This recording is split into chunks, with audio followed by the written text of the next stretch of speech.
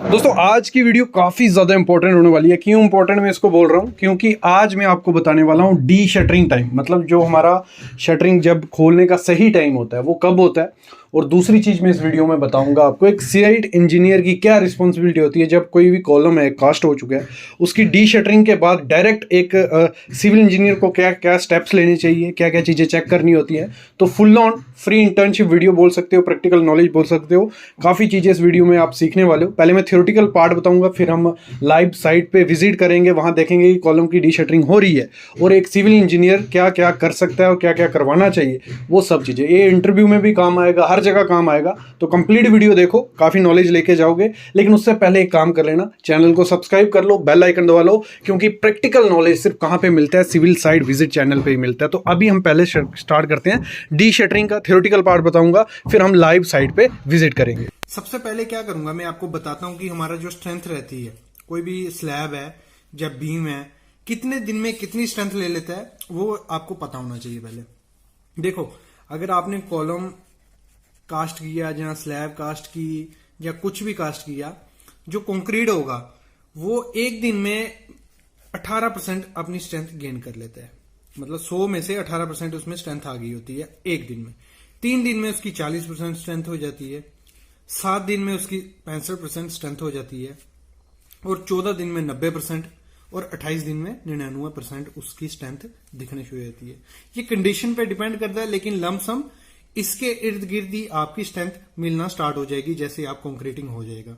ठीक है, तो अभी देखो हमारी जो डी शटरिंग होती है वो 3 दिन में होती है, 7 दिन में होती है, 14 दिन में या 21 दिन में। ठीक है, तो इधर से हमें थोड़ा आइडिया हो गया कि 3 दिन में 40%, जब उसकी 40% स्ट्रेंथ रहती है उसके बाद डी शटरिंग स्टार्ट हो जाती है। लेकिन उसमें भी कुछ कंडीशन रहती है, वो आगे मैं बताता हूं। ये हो गया आपको क्लियर। अभी आते हैं हम डी शटरिंग पे। तो सबसे पहले क्या कहूंगा मैं, जो हमारे बीम्स होते हैं, बीम हो गया, वॉल्स हो गई, शेयर वॉल हो गई, कॉलम हो गया, तो उसका डी शटरिंग टाइम क्या रहता है? 17 से 24 घंटे के अंदर आप, मतलब उसके बाद आप उसकी शटरिंग खोल सकते हो।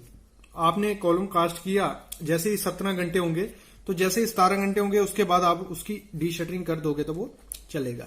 लेकिन जो मैं चीजें आपको बता रहा हूं, ये आईएस भी यही कहता है, IS 456 में इसमें कुछ प्रैक्टिकल ऐड की है, अपना प्रैक्टिकल जो हम करते हैं साइट पे। और ये जो चीजें हैं ये ओपीसी ऑर्डिनरी पोर्टलैंड सीमेंट के लिए है। टेम्परेचर बराबर है, मतलब अच्छा टेम्परेचर में, ठंडी नहीं है, समर का सीजन है, और क्यूरिंग इसी प्रॉपर वे से हुई है।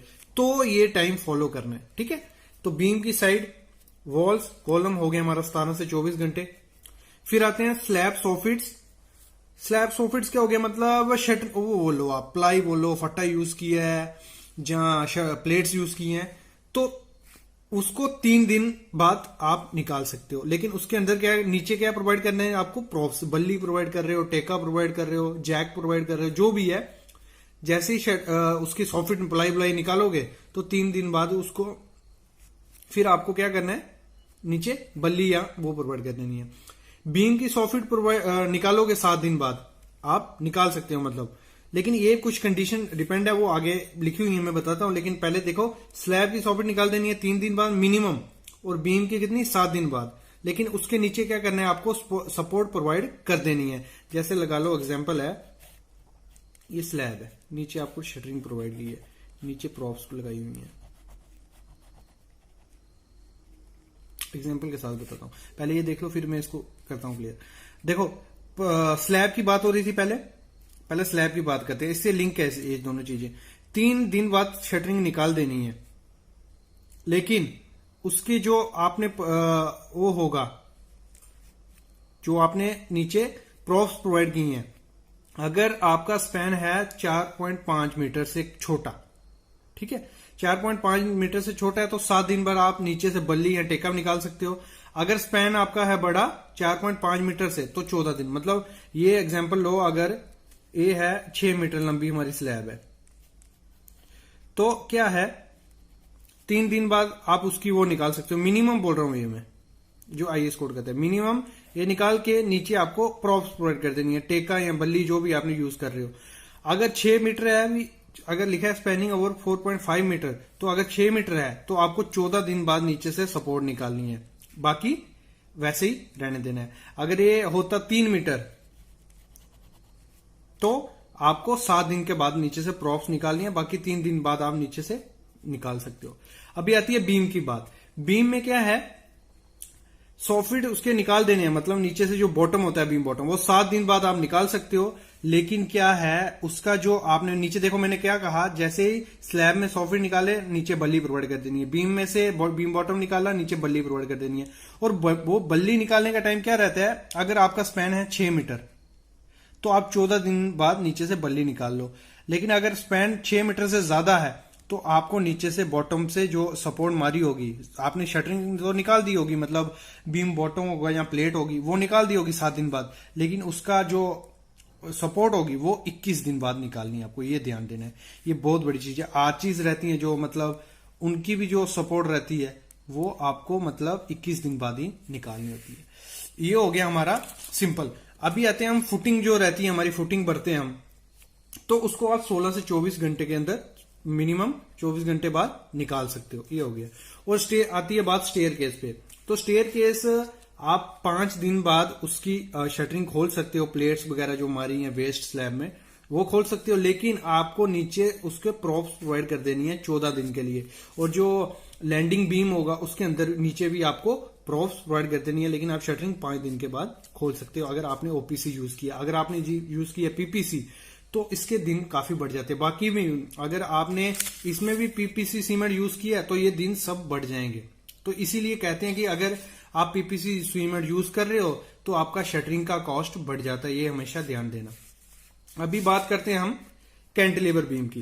कैंटिलीवर बीम है तो उसकी साइड्स खोल लो आप, 17 से 24 घंटे के बाद उसकी साइड खोल लो, बीम बॉटम खोल लो 7 दिन के बाद, ठीक है। लेकिन उसमें सपोर्ट जो आपको मार के रखनी है वो 28 दिन तक मारनी है। ये मैं खुद से कह रहा हूं, ऐसे तो 14 से 21 दिन बाद निकाल दोगे चलेगा, लेकिन 28 दिन तब तक आपका स्ट्रक्चर कंप्लीट नहीं होता, वो 99% अपनी स्ट्रेंथ गेन नहीं कर लेता कैंटिलीवर बीम। तो मैं बोलता हूं कि आपको उसको नहीं निकालना चाहिए, ये मेरा कहने का था। तो यही चीजें हैं 3-4 जो मतलब मेनली आप यूज अगर बिल्डिंग कंस्ट्रक्शन में काम कर रहे हो तो स्लैब हो गए, बीम हो गए, कॉलम हो गए, यही चीजें आपको देखने की मिलेगी। और अगर घर बनाओगे तो यही चीजें मिलेंगी, तो आप इसके अकॉर्डिंग अपनी डी शटरिंग कर सकते हो। देखो ये क्लियर हो गया। अभी हम लाइव साइट पे चलते हैं, वहां देखते हैं कि कैसे डी शटरिंग की जाती है और क्या क्या चीजें आपको ध्यान देनी है। हमारी कॉलम की शटरिंग खोल रही है, सामने आप देख रहे हो हमारे कॉलम कॉस्ट हुए हैं कल ही। तो कॉलम की शटरिंग खोल सकते हैं हम 17 से 24 घंटे के अंदर। तो उसकी शटरिंग खुलने के बाद सबसे पहला काम आपको क्या करना है वो मैं आपको बताता हूँ। तो जैसे ही आपकी कॉलम की शटरिंग खुले तो उससे उसका पहला काम होना चाहिए आपका, उसका एक बार उसमें क्यूरिंग हो जाने चाहिए विदिन 5 to 10 मिनट, क्योंकि उसका हाइड्रेशन प्रोसेस चल रहा होता है, उसी दौरान उसको पानी की नीड होती है। और तुरंत जैसे ही कॉलम की शटरिंग खुले उसके बाद आपको एक बार पानी का शॉवर कर ही देना है। ये हो गया हमारा पहला काम कि हमारा क्या करना है, पानी का छिड़काव कर देना है जैसे ही हमारी शटरिंग खुलेगी। और जो दूसरा काम रहता है हमारा जैसे ही शटरिंग खुलेगी वो है देखना कि जो आपकी कंक्रीटिंग हुई है वो प्रॉपर वे से हुई है कि नहीं। क्योंकि हमें कैसे पता चलेगा अगर जो हमारा कंक्रीटिंग का हुआ है पहले दिन का उसमें क्या है, अगर अच्छे से वाइब्रेटर नहीं किया हुआ है तो आपको ऐसा सामने जैसे मैं देख रहा हूँ एक कॉलम है, इसमें हनी कॉम्ब जैसा हो गया, मतलब कोई फिनिशिंग नहीं आई है। तो ऐसा तो नहीं है कि आपका जो कॉलम खुलने के बाद, शटरिंग खुलने के बाद उसमें हनी कॉम्ब दिख रहा है अगर, तो उसको क्या करना है, आपको प्रॉपर वे से पानी मार के उसको रफ सरफेस करके अच्छे से फिनिशिंग कर देना है जैसा आपको कहा गया है। मतलब ऐसे तो बहुत प्रोसीजर रहते हैं, इस पे वीडियो भी है, आप जाके प्लेलिस्ट में देख सकते हो कि हनी कॉम्ब को प्रॉपर वे से कैसे हम फिनिश करते हैं। बाकी GP2 या सिंपल आप सीमेंट सैंड मोटार बना के भी अच्छे से उसको फिनिश कर सकते हो। ये हो गया दूसरा काम। जब भी आपका कॉलम खुले ये 2 चीज़ें आपको कर देनी है, पानी मार देना है, उसके बाद जो भी हनी कॉम्ब वगैरह हो उसको अच्छे से फिनिश कर देना है। जो तीसरा काम रहता है जैसे कॉलम खुलेगा आपका, उस पर लिखनी है आपको डेट कास्टिंग की। क्यों लिखनी होती है वो मैं आपको बताता हूँ। कास्टिंग डेट जो भी आपको जितनी तारीख को आपका कॉलम कास्ट हुआ है उसकी आपको डेट डाल देनी है। इससे क्या होगा, एक तो मतलब एक रिकॉर्ड रहता है कि इस तारीख को हमारा कॉलम कास्ट हुआ, दूसरा तो इससे आप आइडिया लगा सकते हो कि इतने दिन क्यूरिंग करनी है, मतलब 7 दिन का हमारा मिनिमम क्यूरिंग पीरियड रहता है। तो आप इससे आइडिया लगा सकते हो, जैसे 14 दिन है तो 14 तारीख है तो इसके 7 दिन तक आपको इसकी क्यूरिंग करनी है, इससे आप अंदाज़ा लगा सकते हो। ये हो गया तीसरा काम। चौथा काम रहता है जैसे आपका मतलब डेट वगैरह हो गए, थोड़ा बहुत क्यूरिंग हो गया उसका, उस पे जो हनीकॉम्ब था वो निकाल दिया, फिर आपको क्या करना है, हैज़न क्लॉथ लगा देना है, बट वेट हैज़न उस पे लपेट देने हैं।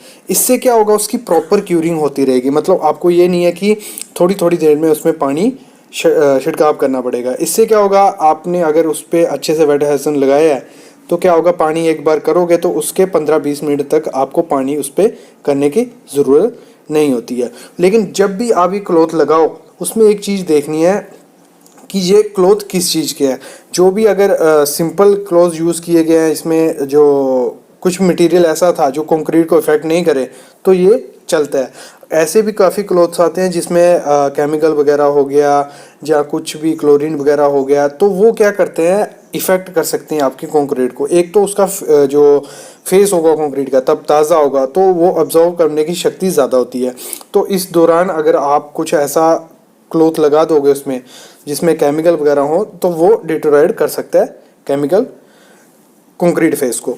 और जो लास्ट चीज़, मतलब ये सब हो गया, तो उसके बाद रहता है हमारा इस पे हाकिंग करना, टाचा बोल लो, जो हमारा कॉलम का फेस है उसको रफ करने। क्यों करते हैं रफ, ये करते हैं हम प्लास्टर, क्योंकि अगर बाद में प्लास्टर आने वाला है कॉलम पे या कुछ पुट्टी वगैरह आने वाली है, तो अगर प्लेन सरफेस होगा तो वो अच्छे से बॉन्ड नहीं बना पाएगा उसके साथ, कॉलम के साथ। तो इसलिए हम क्या करते हैं, हाकिंग करते हैं। और ये आप प्रोसेस क्लॉथ लगने से पहले भी कर सकते हो, लेकिन थोड़ा वेट करना पड़ता है। जैसे आपकी शटरिंग खुले उस तुरंत वैसे हाकिंग नहीं कर सकते, उसका कॉर्नर वगैरह टूट सकता है। तो इसको अगर हम 4-5 घंटे के बाद करें तो वो बेटर रहेगा। और हाकिंग के पे भी हमारा एक वीडियो आप देख सकते हो, पूरा बताया कि कैसे कैसे होता है। और 1 फुट में आपको 28 से 30 नग, 1 स्क्वायर फुट में आपको 28 से 30 नग आपको हाकिंग करनी होती है। तो गाइस ये था आज का वीडियो कि जैसे कॉलम की शटरिंग खुलती है तो आपको क्या क्या चीज़ें करनी होती हैं। अगर आपको वीडियो पसंद आया तो चैनल को सब्सक्राइब करना, शेयर करना। और आपको यही टॉपिक हमारी वेबसाइट civilsitevisit.com पे भी मिलेंगे। उसमें मैं डेली जॉब्स का अपडेट डालता हूँ, इंटर्नशिप का अपडेट डालता हूँ। जैसे मैंने पुरानी वीडियोस में कह चुका हूँ कि मैं फ्रेशर्स के लिए जितना हो पाए उतना कर रहा हूँ। और आपको हमारी वेबसाइट पे IS कोड फ्री मिलेंगे, बुक्स मिल जाएंगी, सब चीज़ें आपको ईजिली वहाँ अवेलेबल है। नोट्स मिल जाएंगे सिविल इंजीनियरिंग के, और जो हमारी टॉप वीडियोज़ हैं उनके टॉपिक मिल जाएंगे। तो आप हमारी वेबसाइट पे विजिट कर सकते हो, देख सकते हो, आपको काफ़ी नॉलेज वहाँ से भी मिलेगा। थैंक यू गाइस, ऐसा ही प्यार देते रहो, ऐसे ही वीडियो हमारी शेयर करते रहो।